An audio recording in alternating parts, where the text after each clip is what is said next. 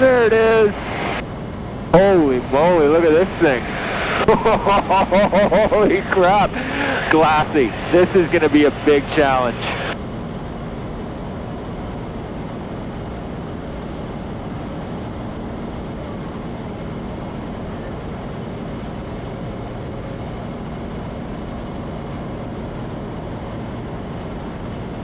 Well, oh man, it's a bloody mirror.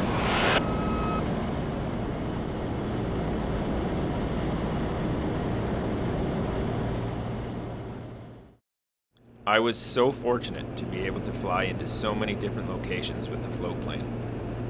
I'm so grateful for the opportunity. I enjoyed every challenge. I flew into locations on the ocean, along the BC coast, into big lakes, small lakes, high altitude lakes, and odd-shaped lakes. I also flew in a wide variety of conditions: hot, cold, rainy, snowy, windy, and of course, calm. While the wind can be quite strong high in the mountain valleys, I found it was often quite calm down low on the landing surface. This meant I had quite a few glassy water landings, the single most deceptive phenomenon experienced by the float pilot. The water surface looks mirror-like. This may seem quite inviting and easy to some. However, as you approach the surface, depth perception fails, making it extremely difficult to round out or flare the airplane in time. Had a pretty good day today. I think today is going to be, it might be my last day in the seaplane. Hard to say before my contract's over. I've had 3 different missions today, which has been pretty sweet. And now I've got another mission here into a lake that's about 0.8 nautical miles long. It's got like, I don't know, some islands in it. It's pretty shallow as well. And I haven't been to it before. It runs north-south. So hopefully there's not a lot of wind. I don't take a crosswind in here anyway. So I'm going to take you in there. But it's been a super good day. Just lots of takeoffs and landings and busy. That's what you want. Weather's been lots of rain up here. Just like showery, isolated, like rain showers. So there's been ways around it all. Hasn't been turbulent at all. It's been a pretty good day. Yeah, it's right here around this corner.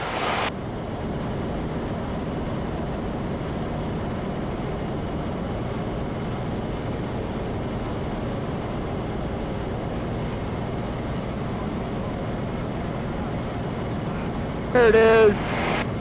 Holy moly, look at this thing. Holy crap. Glassy. Well. Oh man, it's a bloody mirror.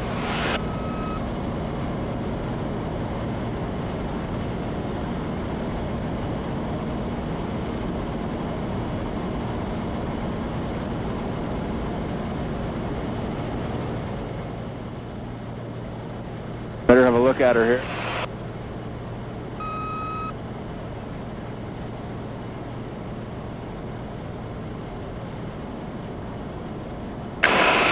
Oh, wow.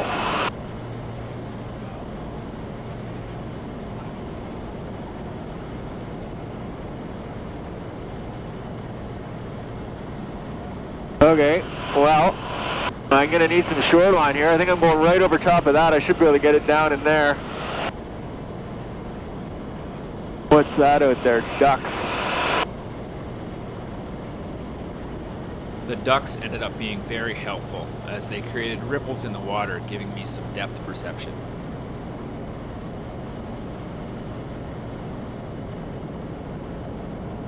Yep.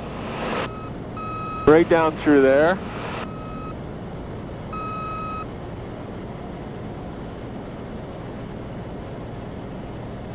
There was no real straight line down the lake with shoreline to help with depth perception. Got about 3,000 feet in there. Shouldn't be a problem. Doesn't look like there's anything in the lake.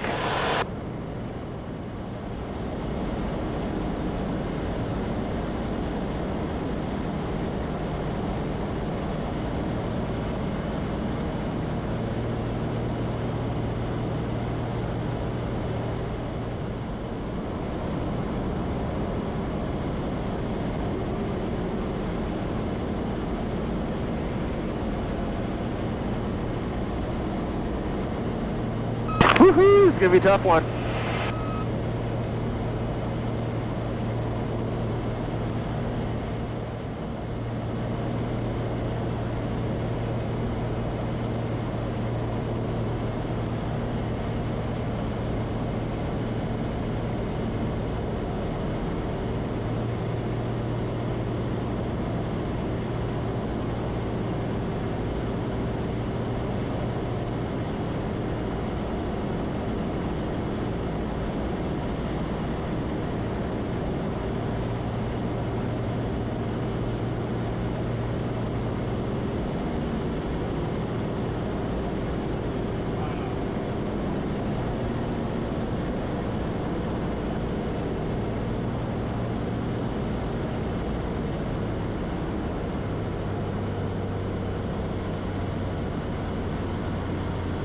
Thanks to the ducks.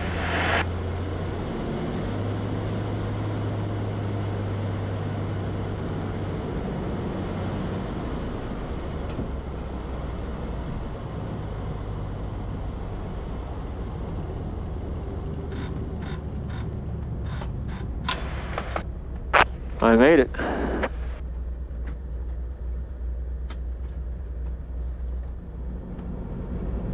That's a super fun one though, holy moly.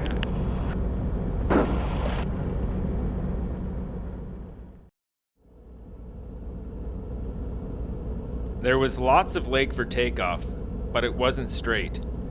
I was also much heavier. I used a bit of a restricted area takeoff, combined with a slight step turn to give me as much distance as possible. The water was also smooth. The floats tend to stick to the water when it's like this, creating a lot of friction. I usually start my takeoff roll with the ailerons fully deflected left or right. This way, as soon as there is enough airspeed, the opposite float will break free, and you can counter by rolling the wings level and removing the airplane from the surface. It's just a float roll, but it happens the instant there is enough airspeed. If possible, I always turn left into my takeoff slide as I have the best view of the takeoff area, and the airplane will naturally want to continue to turn left as I get the water rudders up and apply power. Unless, of course, you're in an airplane where the prop turns the opposite way. Another trick I've learned along the way is to start with only one notch of flaps, and then add the second notch as soon as the airplane is up on step. This just reduces the drag coefficient a little while the airplane is picking up speed.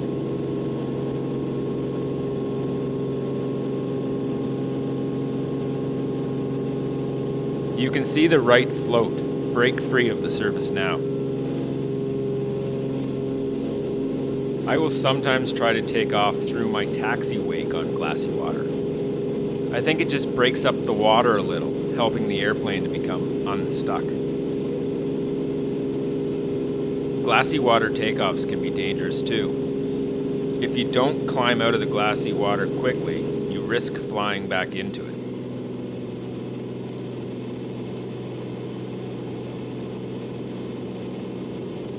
I'm not sure what it is about flying floats in the bush that I love so much. What I do know is that for the first time in a long time, I'm only thinking about today and dreaming about tomorrow. I'm not worrying about the future or living in the past. I wake up every day stoked for the challenges the day will bring.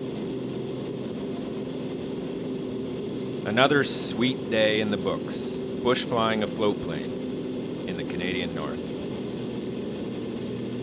Thanks for watching.